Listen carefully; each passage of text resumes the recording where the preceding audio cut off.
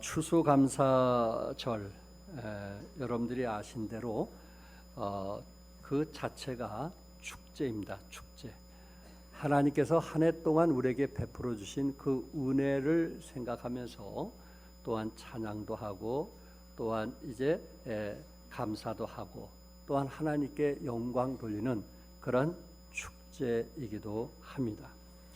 여기 이 축제라는 단어 속에 우리가 조금 생각해 볼 필요가 있는데, 이 축제라는 단어는 한문으로 빌축의 제사제입니다.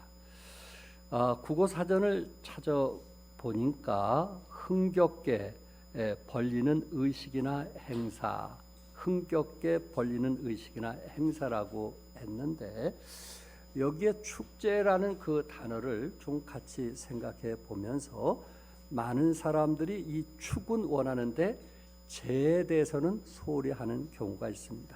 물론 다 그런 것은 아니지만은 어떤 사람은 이게 축제니까 우리가 뭔가 흥겹게 즐기자 하는 쪽에서 마음을 들이는 사람이 있는데, 이 제라고 하는 그 단어에 대해서는 조금 그 약한 부분이 있을 수도 있다는 것입니다. 그런데 이 제라는 거, 물론 제사를 의미하기도 하고 예배를 의미하기도 하는데, 진정한 축이라고 하는 것은 이 제를 잘 해야 진정한 축제가 되는데 한쪽으로 쏠려서는 안 된다 하는 것을 말씀을 드리고 싶습니다. 그리스도인들 가운데 신령한 또한 진정한 예배를 드린 후에 즐거운 시간을 갖게 되는 것이 하나님이 기뻐하시는 축제가 될 것입니다. 그래서 여러분과 내가 이 축제라는 것을 생각할 때 먼저 하나님과의 관계를, 그 다음 인간과의 관계를, 그리고 마지막 그에 따라오는 축복의 결과를 생각해야 한다는 것입니다. 인본주의를 이길 수 있는 것은 이 제라고 하는 축이 아니고, 제라는 예배를 통해서 하나님과의 관계를 생각하는 것이고요.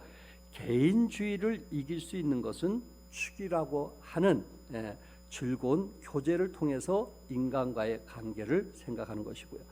그리고 물질주의를 이길 수 있는 것은 하나님께서 주신 축복을 누릴 때에 물질주의를 이길 수 있다는 것입니다. 오늘 본문은 여러분들이 너무나 잘 알고 있는 말씀입니다.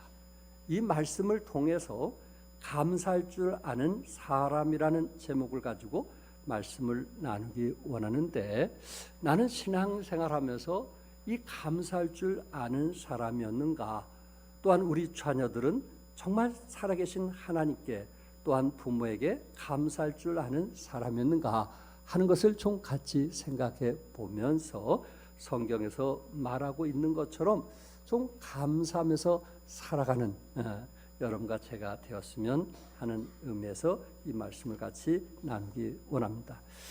첫째, 여러분과 내가 감사해야 되는 이유가 무엇인가? 오늘 본문 내용에 보면은 충분히 저들에게는 감사해야만 된다는 것을 성경은 말씀하고 있습니다.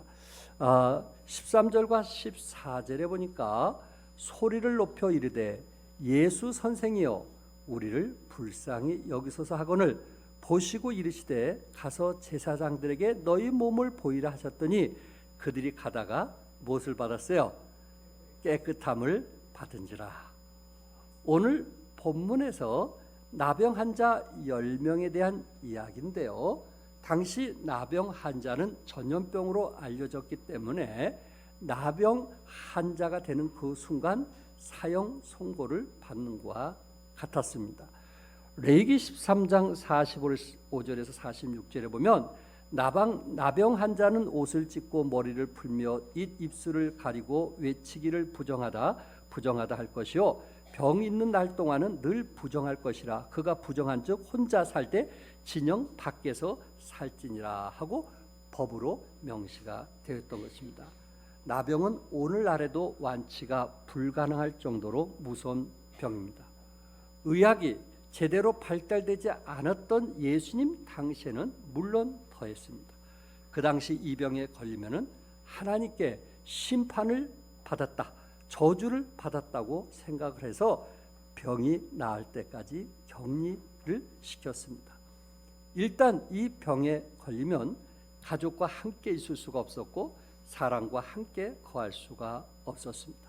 그래서 그들은 사람과 멀리 떨어져 성 밖에 움막을 짓고 저들과 같이 공동 생활을 했습니다.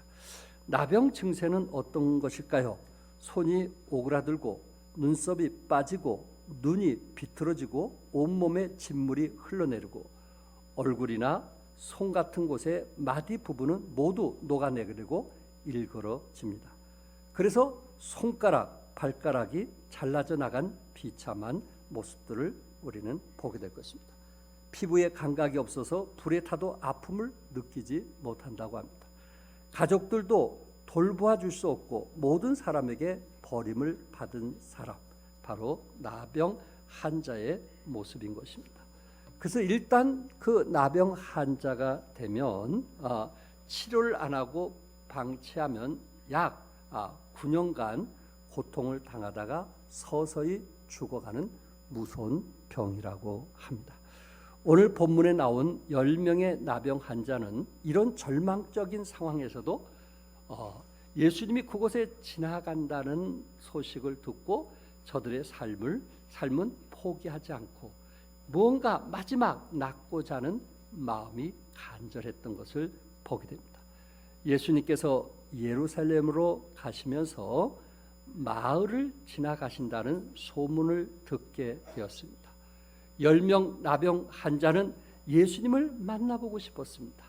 남들이 보기 싫어한 못난 모습을 그동안 보이지 않았던 저들은 예수님에게만은 뭔가 자신의 모습을 보여주면서 치료를 받기를 원했던 것입니다. 14절에 한 마을에 들어가셨다.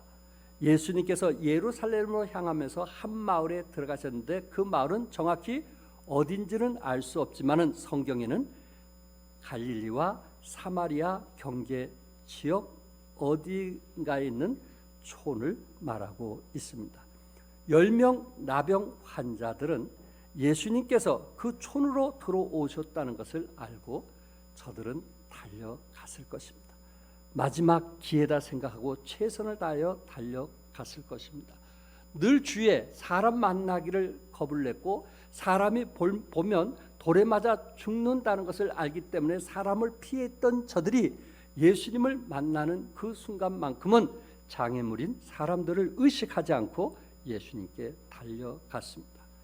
나병 환자들에게는 마지막 희망이었어요. 소문에 의하면 예수님이 죽을 병도 치료해 주신다는 메시아임을 알고 저들은 예수님을 그 만나는 순간 소리를 질렀다고 했어요. 13절에 소리를 높여 이르되 예수 선생님이여 우리를 불쌍히 여기소서. 우리를 모아서서 불쌍히 여기소서. 예수님이여 우리를 불쌍히 여기소서. 예수님께서는 그곳에 가실 때 많은 무리들이 따르셨지만은 그 나병 환자들의 부르짖는 소리 또한 불쌍히 여겨달라는 그 눈물 어린 소리를 듣게 되었을 때 가던 것을 멈추고 14절에 보니까 보시고 이르시되 나병 환자를 봤어요 안 봤어요? 보셨어요. 예수님께서 남들이 보기 싫어한 나병 환자들을 자세히 보시고 이르시되 제사장들에게 너희 몸을 보이라 하셨더니 그들이 가다가 깨끗함을 받은지라. 개역 한글에서는 가서 제사장들에게 너희 몸을 보이라고 했습니다. 예수님께서 지금 이 10 나병 환자에게 제사장에게 보이라고 했습니다. 그 당시 저들이 문둥병이 났을 때 제사장에게 보이고 그 다음에 가족 품으로 돌아갈 수가 있는데 아직 저들은 낫지도 않았는데 예수님께서 나병 환자들을 보시고 제사장들에게 너희 몸을 보이라고 했습니다. 나병 환자들은 여기에서 의심할 수도 있고 많은 생각을 할 수도 있잖아요. 아니 내 병이 낫지도 않는데 어떻게 제사장에게 볼 수 있을까? 이러다가 쫓겨나는 거 아닌가? 이러다가 거기서 매 맞고 죽는 거 아닌가? 별 생각을 다 할 수도 있겠지만은 이 나병 환자 10명의 그 동일한 마음은 따질 여유도 없었어요. 의심한 여유도 없었어요. 이제는 2판 4판이에요. 예수님 없이는 이제는 결국 어떤 것으로도 치료할 수 없다는, 지금까지 살아가면서 모든 약은 다 써봤지만은 나을 수 없다는 것을 알았기 때문에 마지막 예수님께서 그들의 희망이요 소망이었던 것입니다. 나병 환자들은 예수님의 말씀을 듣고 제사장에게 뛰어갔다는 거예요. 대단한 거 아니겠어요? 뛰어갔다는 거예요.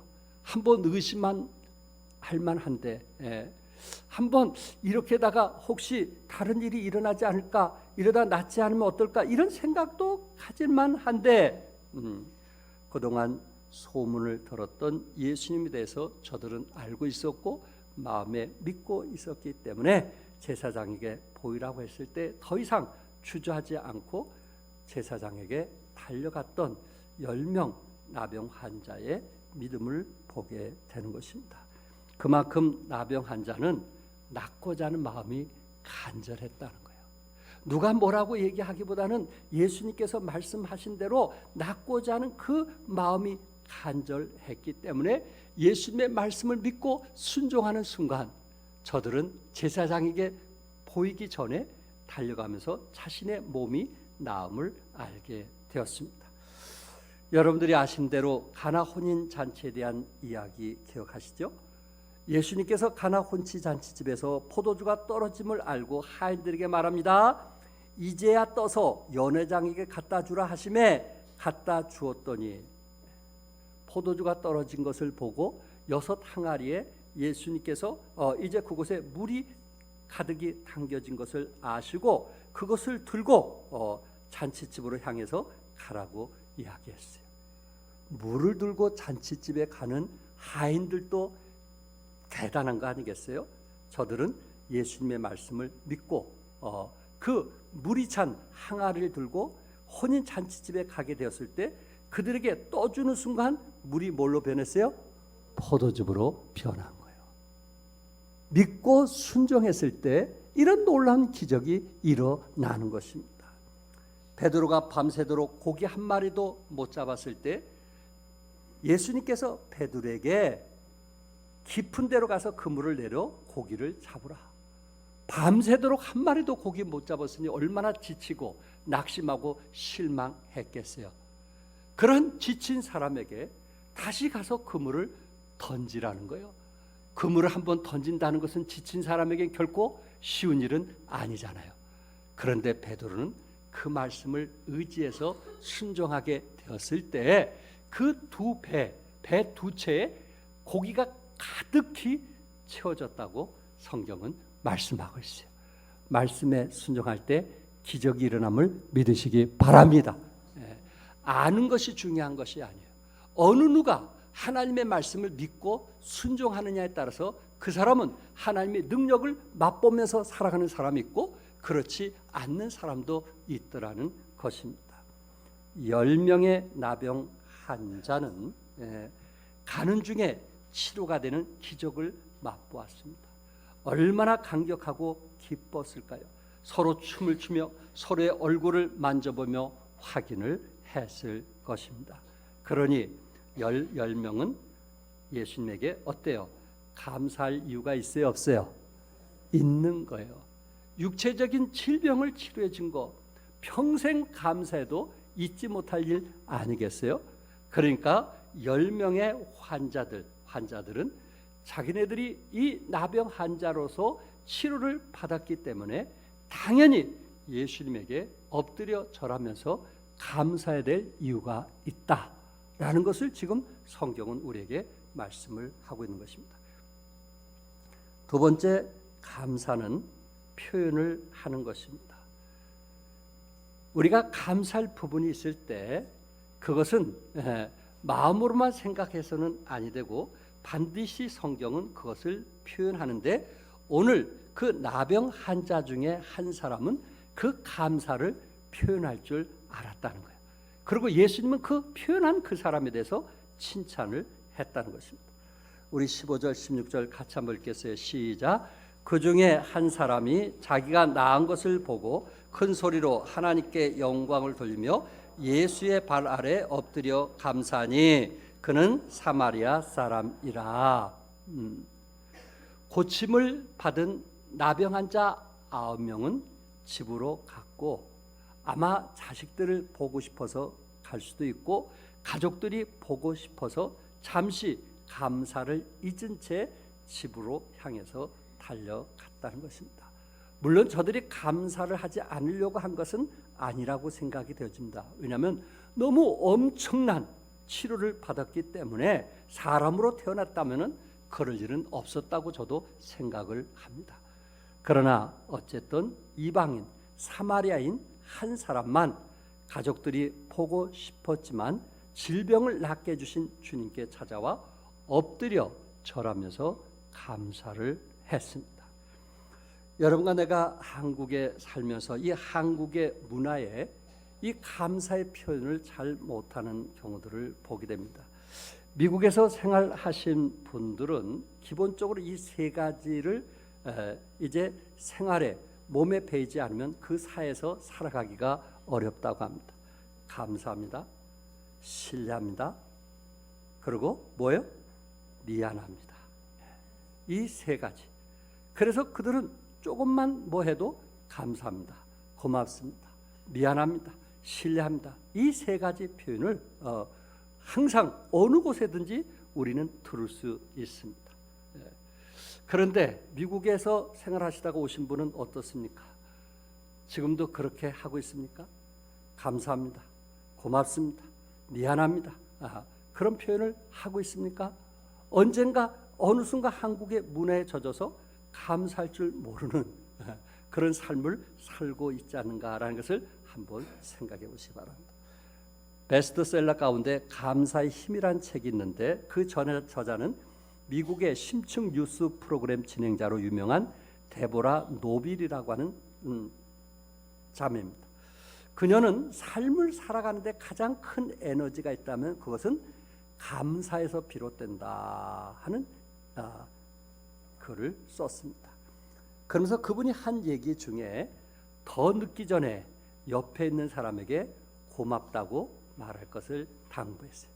한번 옆 사람에게 감사합니다 하고 한번 인사해 봅시다. 더 늦기 전에 감사합니다. 고맙습니다. 그리고 사랑합니다. 그 정도면 됐어요. 평상시에 그렇게 하라는 거예요. 지금 그렇게 하지 말고. 실제적으로 이 감사의 힘이 있음을 그 책자 속에서 말을 하고 있어요. 감사합니다. 미안합니다. 고맙습니다. 단 0.3초도 안 되는 것이 우리가 살아가는데 엄청난 힘이 있다는 거예요. 아내에게 고맙습니다. 감사합니다. 맛있는 거 해줘서 고맙습니다.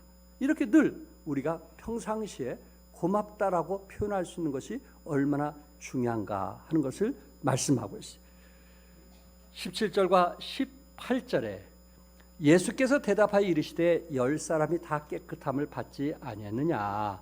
그 9은 어디 있느냐? 지금 예수님께서 묻는 거예요. 그 9은 어디 있느냐? 이 이방인 외에 하나님께 영광을 돌리려 돌아온 자가 없느냐?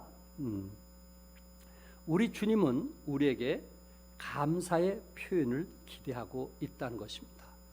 그래서 10명 나병 환자 중에 9은 어디 있느냐고 물었습니다. 왜 똑같이 치료를 받았는데 이 사마리아인 너 한 사람만 이곳에 왔느냐? 다른 9은 어디 있느냐라고 물었던 것입니다. 나병 환자로서 수모와 불행한 그 과거를 생각할 때 저들은 감사할 수 있어야 되는데 치료받는 그 순간 수모와 또한 그 불행한 그 과거를 망각해버리고 저들은 감사하지 못했던 9사람을 예수님께서 묻고 있었던 것입니다. 오늘 본문 18절에서 예수님께서 이 이방인 외에는 이 이방인 외에는, 그러니까 10사람 중에 그 한 사람은 어디에 속한 사람이었냐면은 사마리아인, 같은 유대인이면서도 유대인으로 취급하지 않는 사마리아인. 그래서 같은 이제 나라에서도 그 중간에 있는 사마리아로 직접 가지 않고 유대인들은 돌아서 갔단 말이에요. 왜? 그 사마리아인들은 율법도 모르고 하나님도 모르고 그리고 성경도 모르고 말씀대로 살지 않는 것이라고 해서 개처럼 천대하고 멸시하고 조롱했던 사람이 누구냐면은 사마리아인. 그렇다면은 예수님께서 지금 갈릴리와 사마리아인 그 경계선으로 지나갔으니까 어떻게 추측해 보면은 이 9명은 갈릴리 사람이나 그 예루살렘 쪽에 속한 사람이고, 율법과 말씀과 어떻게 보면 영향을 도덕적으로 윤리적으로 더 영향을 많이 받은 사람이고, 그렇게 살지 않으면은 사마리아는 비난하고 조롱하는 그런 사람이었단 말이에요. 그럼에도 불구하고 자기네들은 그렇게 사마리아는 조롱하고 비난하면서 자기네들은 똑똑하고 윤리적으로 도덕적으로 낫다고 생각했던 그 사람은 진정 뭐 할 줄 몰랐어요? 감사할 줄 몰랐어요.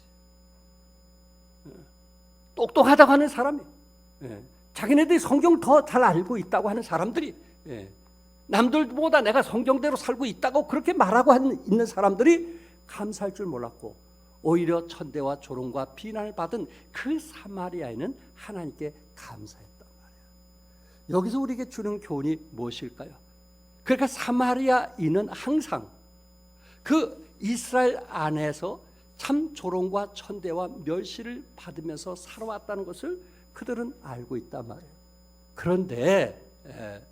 그런데 유대인들도 자기네들을 취급하지 않는데, 사마리아인을 취급하지 않는데 오히려 나병 환자인 자기를 예수님께서 보시고 치료해 주었으니, 나 같은 죄인, 나같이 허물 많은 사람을 우리 주님께서 치료해 주었으니 어찌 내가 감사하지 아니할 수 있겠는가? 그래서 주님 앞에 무릎을 꿇고 경배하면서 예수님 앞에 감사했던 것입니다. 이방인이 감사할 수 있었던 것은, 사마리아인이 감사할 수 있었던 것은 자기의 과거를 생각해 볼 때 천하고 인간답지 못하고 연약한 사람이라는 그 약점이 있지만은, 오히려 그 약점이 하나님께 뭘 돌리는, 영광을 돌리는, 하나님 보시기에 인정하는, 칭찬하는 그러한 믿음의 사람이 되었다는 것을 믿으시기 바랍니다. 어떤 사람이 진정 감사가 있을 수 있을까요? 어떤 자녀들이 부모에게 평생 감사하면서 살 수 있을까요? 그것은 자기가 가장 힘들고 어려울 때, 고통당할 때에 부모님께서 사랑해 주시고 손길을 내밀었다는 그 사랑에 대해서 늘 잊지 않고 살아가는 사람은 이런 순간순간 부모에게 감사하면서 살아계신 하나님께 감사하리라고 저는 믿습니다. 그러므로 오히려 잘난 똑똑한 유대인들보다는 어떻게 보면 더 사마리아인이 낫지 않겠는가? 여러분과 나는 오히려 우리는 선택받은 이스라엘 백성들보다는 이방인이지만은 하나님께서 우리를 택해 주었다는 것을 감사할 수 있기를 바라고, 우리 같은 죄인을 구원해 주신 하나님의 은혜를 감사하면서 표현할 수 있는 여러분과 제가 되기를 바랍니다. 감사는 표현하는 거예요. 표현이 없는 것은 감사라고 말할 수 없어요. 표현이 없는 것은 믿음의 사람이라고 말할 수가 없는 거예요. 저는 믿습니다. 저는 믿습니다. 저는 하나님 사랑합니다. 그러면서 표현을 안 하는 거예요. 아내를 사랑한다면서 표현하는 남편, 어느 아내가 원하겠어요?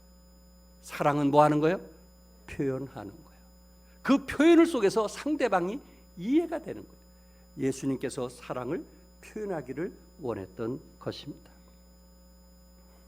미국의 어느 신문사에서 현대 사회를 통렬히 비판하면서 현대인 중에는 아무도 행복한 사람도 감사하면서 살아가는 사람이 없다라고 했습니다. 그러면서 여러분들이 이 글을 읽는 순간 행복한 사람이 있으면 연락해 주십시오. 저는 행복한 사람이 누군지, 감사하는 사람이 누군지 좀 보고 싶습니다. 그렇게 글을 썼고, 그리고 그 글을 본 사람 중에 5만여 건의 전화가 걸려왔다고 합니다.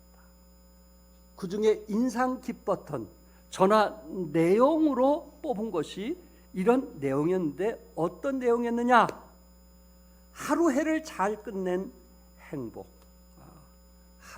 하루를 잘 끝냈던 것, 그게 저는 행복했습니다. 예쁜 꽃을 보는 순간 그 행복, 하나님께서 만드신 그 꽃을 보는 순간 저는 행복했습니다. 아침에 새소리를 듣는 것이 저는 행복했습니다. 시원한 바람을 느끼는 것이 행복했습니다. 별거 아닌 저들의 행복과 저들의 감사는 별거 아닌 자연 속에서 이루어진 그 사실을 통해서 행복과 기쁨을 느꼈다는 말씀입니다. 이 내용을 보면 양이나 부피나 값으로 따지는 내용은 하나도 없다는 것입니다.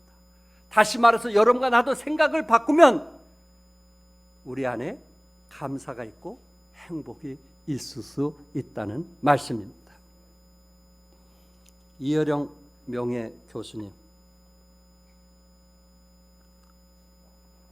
석학이기도 하고 정말 한국 땅에 오래 살았으면 하는 분 중에 한 분인데 지금 현재 87살이시면서 죽음을 목전에 두고 계시는 분입니다. 이분이 죽음의 목전을 두고 그분이 지금 쓰는 글이 있어서 병원에도 안 가고 치료도 안 받으면서 글을 쓴다고 합니다. 근데 최근에 그분이 인생은 선물이라 하는 칼럼을 썼어요. 인생은 선물이다.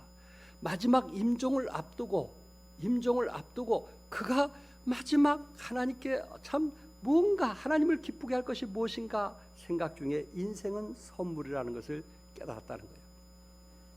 내 집도, 내 자녀도, 내 책도, 내 지성도 다 내 것인 줄 알았는데 인생을 깨닫고 보니 다 선물이었다. 내 생명을 내가 만든 것이 아니라 선물로 받은 것처럼 내가 내 힘으로 이뤘다고 생각한 모든 것들이 다 선물이었다. 선물을 참 많이 받았다.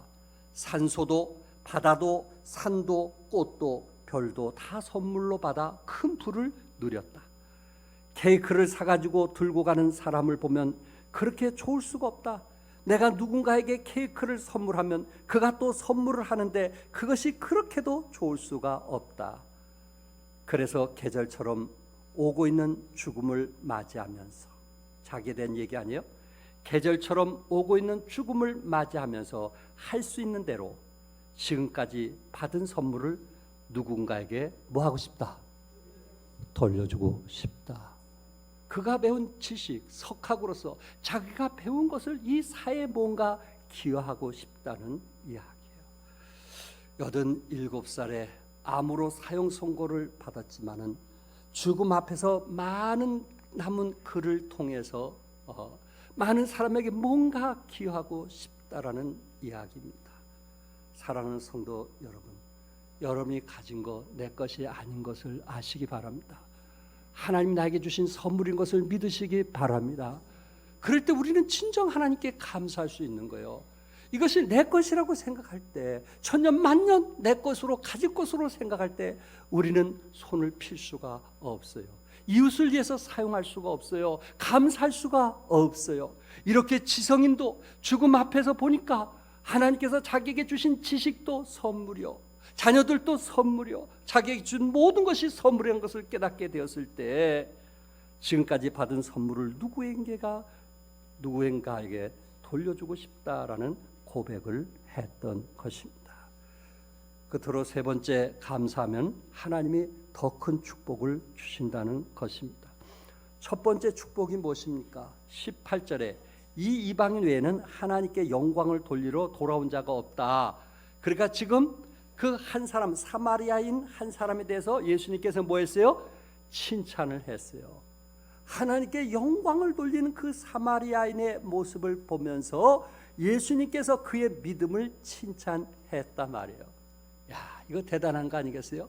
예수님이 칭찬한 믿음이 우리 성경에 보면은 기록된 것들이 있지만 이렇게 사마리아인, 나병 환자로서 치료를 받게 되었고 그가 예수님께 엎드려 예수님을 경배하면서 감사하게 되었을 때, 하나님께 영광 돌리게 되었을 때 예수님께서 그 그 나병 환자 중에 너처럼 하나님께 영광 돌린 사람이 어디 있느냐 하면서 그를 칭찬했다는 말씀입니다. 그래서 그 9사람, 유대인의 영향, 율법의 영향, 도덕의 영향을 받았던 그 9사람은 어디 있느냐라고 물었던 것처럼 오랜 신앙생활을 하신 분 가운데 어느 순간 당연한 것으로 생각하는 교만한 사람이 없을까라는 생각을 해보게 된 것입니다. 초신자들은 예수 믿고 구원받은 너무 기뻐서 감사하고 드리려고 하고 뭔가 하나님께 영광 돌려고 하는 그런 삶이 보여지는데, 이미 신앙생활을 오래 한 묵은 그리스도인들은 그 마음으로부터 감사할 줄 모르고 추수감사절이 오면 1년의 연중의 하나의 행사구나 라고 그냥 덤덤히 생각하고 마음에 어떤 기대도 없고 감동도 없는 혹시 그런 삶을 살고 있지 않느냐 하는 것입니다.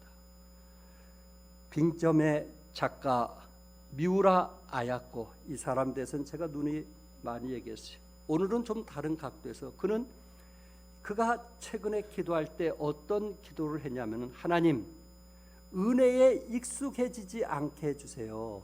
뭐에 익숙하지 않게? 은혜에 익숙하지 않게 해주세요. 처녀 시절 7년간 초등학교 교사로 일을 하다가 24살에 폐결핵에 걸려서 이제 교사직을 그만두게 되었고, 요양생활하면서 척추 카리에스가 발병되어서 13년 동안 투병 생활했던 사람이에요. 그때 그를 찾아서 복음을 전했던 사람이 누구냐면은 남편 미우라 미쯔유라고 하는 젊은 청년이 그에게 와서 전도도 하고, 그리고 그가 힘들고 어려울 때 도와줘서 5년 동안 그 곁에서 도와주다가 그를 자신의 남편으로 삼게 되었어요. 얼마나 고마운 분이에요. 이분이 빙점이라는 그 책을 쓸 때 1946년 아사히 신문사 1천만엔 약 1억 원 현상 소설에 이분이 빙점이 당선돼서 그때부터 유명해졌어요. 어쨌든 남편을 통해서 예수님을 알게 되었고, 그리고 그 소설 자체를 보면 용서라는 마지막 빙점, 자기 자신을 용서하는 마지막 클라이막스가 그렇게 해서 책이 끝나는데 자기를 복음을 전해준 남편에서 고마워하고 살아왔는데, 어느 순간 남편에게 신경질도 내고 화도 내고 미워하기도 하고 전에 그렇게 자기가 힘들고 어렸을 때 그 남편이 그렇게 사랑해주고 곁에서 도와줬던 그 고마움을 모르고 자기 뜻대로 안 된다고 해서 불평하고 원망하는 그 자기 자신의 모습을 보면서 하나님 앞에 이런 고백을 하는 것입니다. 하나님, 은혜에 익숙해지지 않게 해주세요. 은혜에 익숙해지지 않게 해주세요. 그 고마웠던 사랑 잊지 않고, 나 같은 사람하고 결혼하겠다는 그 남편, 그 사람 잊지 않고 좋은 관계가 계속되게 해달라고, 더 사랑하고 좀 더 웃고, 그리고 화내기보다는, 원망하고 불평하기보다는 사랑할 수 있는 그런 아내가 되게 해달라고, 은혜에 익숙해지지 않게 해주세요. 이 말이 혹시 우리 오래된 그리스도인들에게 필요한 얘기가 아닐까요? 하나님, 은혜에 익숙해지지 않게 해주세요. 오늘 같은 날은 이 세상에서 단 한 번 오는 날 아니에요? 오늘 같은 주일날은 여러분이 살아가는 생애 동안 단 한 번 오는 주일이 아닌가요? 익숙하지 않게 해주십시오. 늘 감사하고 기대하면서 하나님의 임재하심을 체험할 수 있는 이런 날이 되게 해달라고, 하나님께 영광 돌린 날이 되게 해달라고 기대하면서 찾아올 수 있기를 바랍니다. 이런 믿음을 가진 사람에게 영원히 생명을 얻게 되었어요. 19절에 일어나라, 내 믿음이 너를 무엇하였느니라? 구원하였느니라. 너를 구원했다는 말은 영원히 구원을 받았다는 거예요. 예수님은 육신의 병을 치료해 주시되 영혼을 구원하기 위한 목적에서 육신의 병을 치료해 주신 것입니다. 10명의 나병 환자를 예수님께서 치료해 줬다면 그 나병 환자를 치료해 준 것이 목적이 아니고 저들의 영혼이 구원받기 위해서 주님께서 저들을 치료해 줬다는 말씀입니다. 누가복음 19장 10절에 인자가 온 것은 무엇을 찾아? 잃어버린 줄 찾아 무엇하려? 구원하려 함이라. 잃어버린 영혼을 구원하기 위해서 주님이 오신 것이지 육신을 구원하기 위해서 오신 것은 아닙니다. 저들이 나병 환자로서 치료는 받았지만 그 육체는 결국 흙으로 돌아가게 될 것입니다. 육체는 결국 흙으로 돌아가게 될 것입니다. 예수님께서는 육체를 구원한 것이 아니고 질병에 나은 것으로 감사하지 말고 영혼이 구원받고 하나님의 자녀가 되었다는 사실로 감사할 수 있기를 바랍니다. 예수님의 제자 70명이 예수님의 말씀을 믿고 나가서 전도를 했어요. 그런데 전도를 하는데 예수님의 그 복음을 전하는데 이 귀신들이 막 이제 나가는 거예요. 귀신들이 막 쫓겨나는 것을 보는 거예요. 그래서 그냥 제자들이 너무 기뻐서 주여 주의 이름이면 귀신도 우리에게 항복하나이다, 그런 얘기를 예수님에게 했던 거예요. 얼마나 기뻤겠어요. 귀신도 쫓아내는 능력이 있으니. 그럴 때 주님께서 저들에게 하신 말씀이 뭔지 아십니까? 귀신들이 너에게서 항복하는 것으로 기뻐하지 말고 너의 이름이 하늘에 기록된 것으로 기뻐하라. 너의 이름이 어디에? 하늘에 기록된 것으로 기뻐하라. 아직도 혹시 예수님을 믿지 못했다면, 혹시 육체적인 질병이 나은 것으로 감사하지 마시고 우리의 영혼이 거듭나고 생명을 얻는 그 사실로 감사할 수 있기를 바랍니다. 여기 나병 환자는 하나님께 엎드려 절하고 감사하게 되었을 때, 육체의 그 치료에 대해서 감사하게 됐을 때 우리 주님께서 그 믿음을 보시고 그의 영혼도 거듭나게 하심을 믿으시기 바랍니다. 그러나 9명은 어떻게 됐을까요? 가족을 만날 수도 있었고 그동안 하지 못해 밀렸던 일들을 할 수도 있었겠지만은 결국은 그들은 죽음을 통해서 영원한 지옥에서 고통을 당하게 되었을 것입니다. 우리 주님이 이 땅에 오신 것은 영혼을 구원하기 위해서 오신 것입니다. 여러분과 저를 천국에서 영생 복락을 누리면서 영원토록 살도록 하기 위해서 예수님이 자기의 목숨까지 이 땅에 오셔서 기꺼이 들이신, 그만큼 우리를 가치 있고 소중한 사람이라는 것입니다. 여러분의 그 영혼들이 귀하고 소중했기 때문에 자신을 죽기까지 이 땅에 오셨다는 사실입니다. 결론적으로 한 사람이 치료가 되었을 때 이 감사의 문이 열면 하늘 문이 열리고 축복의 문도 열리게 된다는 것입니다. 이제 여러분들도 하늘 문이 열리고 축복의 문도 열리기 원하신다면 우리는 어떻게 살아가야 될까요? 감사를 해야 될까요? 감사하지를 말아야 될까요? 감사하시기 바랍니다. 오늘 찬양대에서 뭐 했어요? 하나님께 찬양으로 뭐 했어요? 감사했어요. 예양이 찬양으로 하나님께 뭐 했어요? 감사했어요. 주일 학생들이 찬양으로 뭐 했어요? 감사했어요. 그 감사한 사람은 하나님께서 플러스 알파로 기적의 역사가 일어나게 될 것입니다. 그러면서 여러분에게 말씀드리고 싶은 것은 예수 믿고 구원받은 사람에게 우리 안에 뭐가 계심을 믿죠? 우리 안에 성령님이 계심을 믿습니다. 데살로니가전서 5장 19절에 성령을 소멸하지 말라고 했어요. 그 말은 어떤 사람이 복을 받냐면은 성령을 소멸하지 않냐고 성령의 인도하심 따라 순종하게 되면 하나님께서 그들에게 하늘 문을 여시고 축복의 문을 허락해 주신다는 말씀입니다. 나는 성령님이 내 안에 계신 것을 믿는다면, 예수 믿고 구원받은 후에 내 안에 성령님이 계신 것을 믿는다면 나는 성령님의 인도하심 따라 살았는가? 바로 그 사람이 현재의 행복을 누리면서 살아갈 수 있다는 말씀입니다. 여러분과 제가 기도하다가 누가 생각날 때 그 사람에게 전화를 한다든지, 또한 그 사람을 찾아간다든지, 또한 그 사람을 위해서 기도해 주게 되었을 때 그는 성령님이 인도하신 대로 순종하니까 그 자체가 기쁨이 되고 그 자체가 행복하게 되고 그 자체가 즐거움이 되는 것입니다. 그런데 성령님이 인도하신 대로 그때 해야 됐을 때 하지 않으면 항상 그 생각을 하면 후회하게 되고 마음이 아프게 된다는 것입니다.